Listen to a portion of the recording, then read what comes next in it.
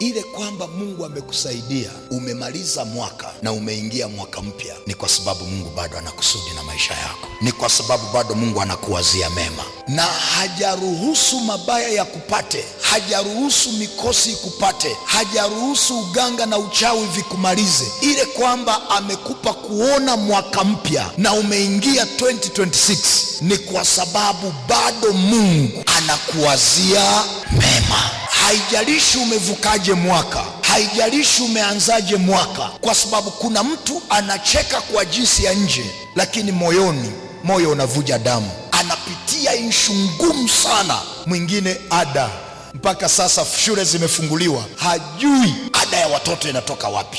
Mungu amenituma kukwambia, pamoja na mahali unakopita, bado anakuwazia mawazo ya amani katika jina la Yesu Kristo wa Nazareti. Bado Mungu anakuwazia mema. Pamoja na changamoto ya mahali unakopitia, bado Mungu anakuwazia mema. Pamoja na hiyo vita unayopitia kwenye maisha yako, bado Mungu anakuwazia mema. Pamoja na hiyo changamoto kwenye uchumi, bado Mungu anakuwazia mema. Na mimi ninakuombea hayo mema Mungu anayokuwazia uyaone kwenye maisha yako kwa jina la Yesu.